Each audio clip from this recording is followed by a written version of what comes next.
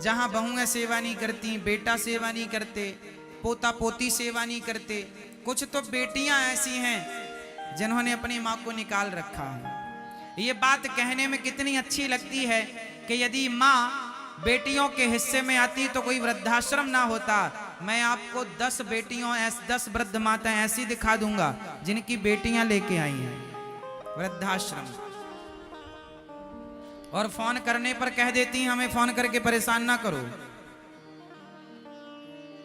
समय बदल गया मेरी माँ, कलयुग का प्रभाव केवल बेटों पर पड़ रहा है ऐसा नहीं है, सब पर पड़ रहा है। आजकल कुछ माताएं ऐसी हैं, कुछ बेटियां ऐसी हैं, कुछ बेटे ऐसे, कुछ हैं जरा से, सब नहीं, जो अपनी माँ का ख्याल नहीं रखते, सेवा नहीं करते। ये गौरी गोपाल वृद्धाश्रम ना इसलिए बनाना पड़ा। आज से कुछ साल पहले मैं एक बार कथा करने गया एक क्षेत्र में, तो वहां मेरे पास एक बूढ़ी माँ आकर रोती हुई बोली कि महाराज जी मेरा एक बेटा है, मैं चाहती हूं कि जब मैं मर जाऊं तो आप मेरी चिता को आग दें। उन्होंने मेरे से बोला, ये बात बहुत साल पुरानी है।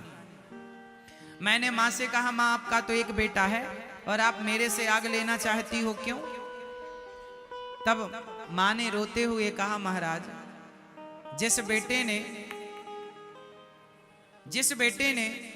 जीते जी मुझे पानी नहीं दिया, जिसने जीते जी मुझे भरपेट भोजन ना दिया, ऐसे बेटे से मैं आग लेकर क्या करूंगा? मैं नहीं चाहती कि मेरा बेटा मुझे आग दे, क्योंकि उसने जीते जी पानी नहीं दिया। अच्छा एक बात बताओ, जिस बेटे ने जीते जी पानी ना पिलाया अपनी माँ को, जिस बेटे ने जीते जी भोजन ना दिया अपनी माँ को, क्या उस बेटे को माँ को आग देने का अधिकार है? जलाना ही कोई बात है क्या? जलाने के लिए तो दुनिया बैठी है। आग लगाना बड़ी बात नहीं है, बाग लगाना बड़ी बात है। सेवा के बाग लगाते बच्चे तो आशीर्वाद दुआएं सब कुछ मिलता, लेकिन उन्होंने, कुछ बेटों ने आग लगा दी अपने माओ की जीवन में, जो दर दर की ठोकर खाती हुई वो वृद्ध माँ गौरी गोपाल आश्रम में, गौरी गोपाल वृद्धाश्रम में रहती हैं। आज यहाँ 264 वृद्ध माताएं हैं, और ये वही माएँ हैं जिनके अपने बच्चों ने, ये माँ का दर्शन कर रहे हैं आप टीवी पर, बरसों से ये माँ यहाँ है, बहुत दूर की नहीं है, मथुरा की है।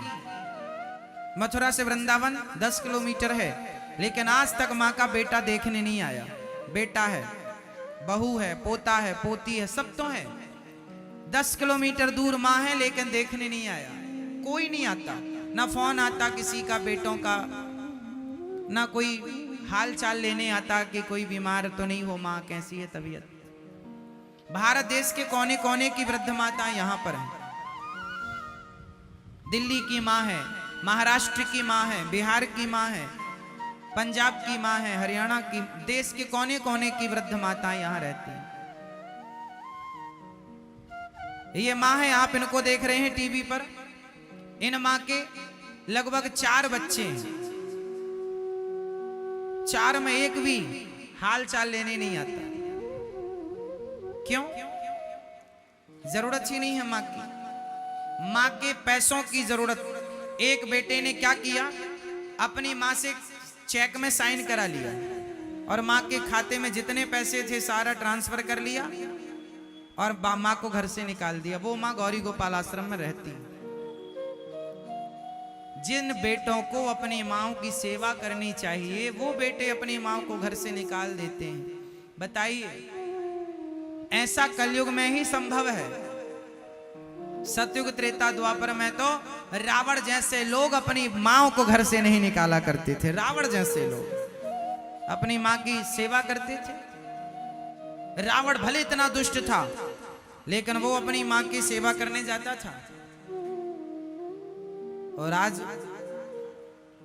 बेटे अपनी माँ को, कुछ बेटे निकाल देते हैं। आप लोगों से प्रार्थना है, आप लोग अपनी बूढ़ी माँ का ख्याल इसलिए रखना क्योंकि आप उनके ख्याल रखोगे तो कल आप बूढ़े होंगे तो आपका भी कोई ख्याल रखेगा।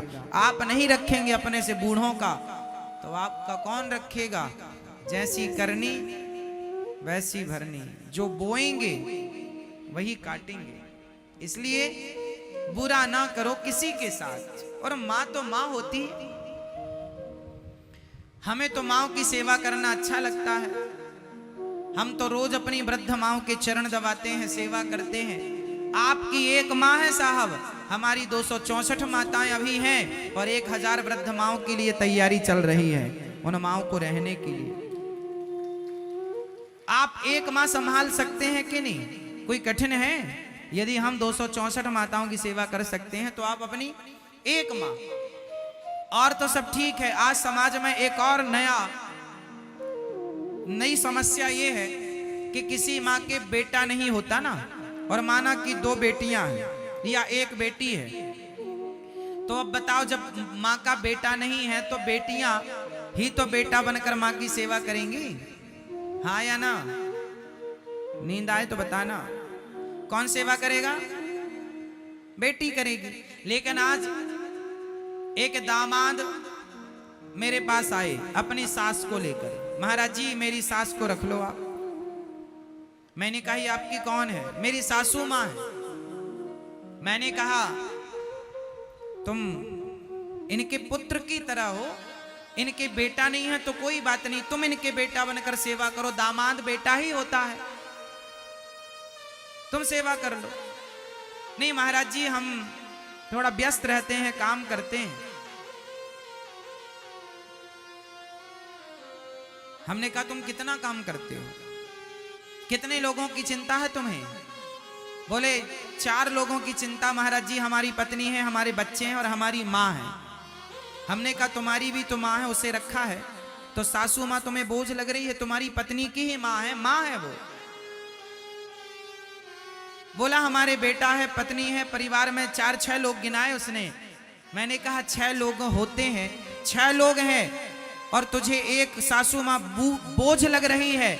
हमारे यहाँ तो परिवार में हमारी 264 माताएं हैं और तू लेके आया है 265वीं माता, तो हमें बोझ नहीं लग रही है, हम उनकी सेवा कर लेंगे, पर तुम्हें एक माँ बोझ लग रही है। मतलब आज का इंसान जानते हैं अपनी हर जिम्मेदारी से भागना चाहता है, कुछ ना करना पड़े, बस सेवा ना करना पड़े। कौन करेगा बताओ? कल तुम बूढ़े हो जाओगे, तुम्हारी औलाद तुम्हें घर से निकाल देगी फिर। इसलिए बड़ों का आदर करना सीखिए, बड़ों का सम्मान करना सीखिए। चाहे तुम्हारी सगी माँ हो या तुम्हारी सासू माँ हो, चाहे तुम्हारा खुद का बाप हो या तुम्हारा ससुर हो, बूढ़ा तो बूढ़ा होता है। और एक बात बता दूं, माँ की कोई जात नहीं होती, और माँ माँ होती है, ना तेरी होती है ना मेरी होती है, माँ तो सिर्फ माँ होती है। क्या तेरी माँ और क्या मेरी माँ? माँ तो माँ है, ये तेरी माँ है ये मेरी माँ है ऐसा नहीं, माँ तो सिर्फ माँ है। मेरे हिसाब से यही है, इसलिए मैं सारी माँओं की सेवा करता हूँ, क्योंकि मैं ये नहीं कहता कि ये तेरी माँ है ये मेरी, ना जी। जो तेरी माँ है वही मेरी माँ है, जो मेरी माँ है वही तेरी माँ है। एक माँ 2 नहीं होती, माँ तो माँ होती है। सेवा करो साहब, मर जाएंगे। जो कमा रहे हो वो संग नहीं जाएगा, सेवा का किया पुण्य सेवा का फल साथ जाता है। सबसे बड़ा धर्म क्या है जरा बताओ?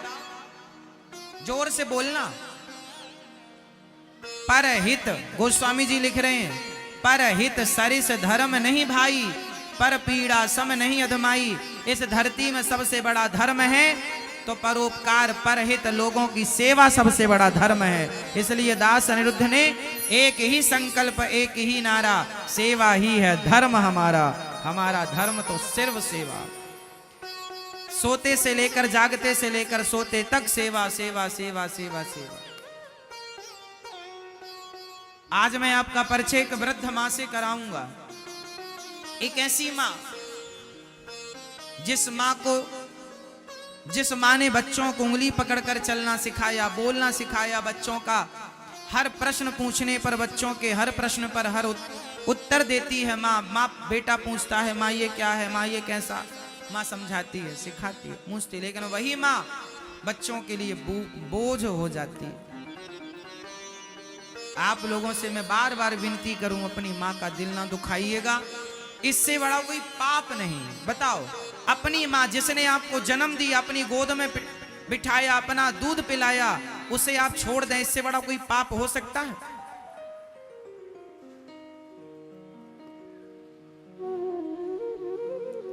ये माँ बैठी है आपके सामने, बेटा है एक, बेटी है एक। जिस बेटे को सेवा करनी थी अपनी माँ की, वही बेटा अपनी माँ को सताता है, परेशान करता है। मैया कहाँ से आई हो मेरी माँ? कौसम्बी जिला इलाहाबाद। कितने बच्चे हैं आपके? एक लड़का एक लड़की। तो आपका बेटा एक है? हाँ। तो बेटा एक है, फिर आपको यहाँ क्यों आना पड़ा? बेटा आदमी शराबी रहे हैं, लड़का शराबी निकल गया। सारी जड़ जमीन बेच लिहन, घर दुआर बेच लिहन, सारी जेवर जाठी सब बेच तो लिहन। बेटा सेवा नहीं करता आपकी? वो बेटा सेवा का करी, इतना पिकट पी के डील हो जाता है, मेहरारो छोड़ के चली गया। और हमहू चले आइन, का करी, न कमात है न धमात है। तो बेटा आपकी सेवा नहीं करता? हाँ। तो बेटा आपको परेशान तो नहीं करता कि परेशान करता था? अरे शान करत है, बहु लड़ाई झगड़ा करत है, जौने नहीं चीज पटकत फोरत है, गाली गुप्ता करत है। आपको गाली देता है बेटा? हाँ। तो फिर बेटी तो है आपकी, तो बेटी के पास बेटी सेवा नहीं करती? अब बेटी परिवार में है, वो परबस ही ना। बेटा एक है, शराब पीता है, सेवा नहीं करता। पत्नी को भी परेशान किया तो पत्नी भी चली गई, और माँ यहाँ है, बेटी अपने परिवार में है।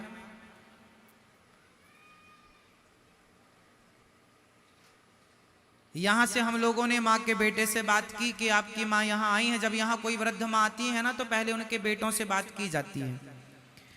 बेटों से बात की जाती है कि आपकी माँ यहाँ आई हैं, आप अपनी माँ को ले जाओ। क्या हुआ, क्या दिक्कत थी? हम लोग यहाँ से पूछते हैं, पूरी कंफर्मेशन करते हैं, घर में क्या दिक्कत है, घर में कौन कौन है। तो बेटे से बात हुई तो बेटे ने कह दिया, साफ इनकार कर दिया कि हम अपनी माँ को नहीं रखना चाहते, जहाँ मन करे माँ का वहाँ जाए। ऐसा बेटे ने फोन पर यहाँ से जब हम लोगों ने बात की तो जवाब दिया।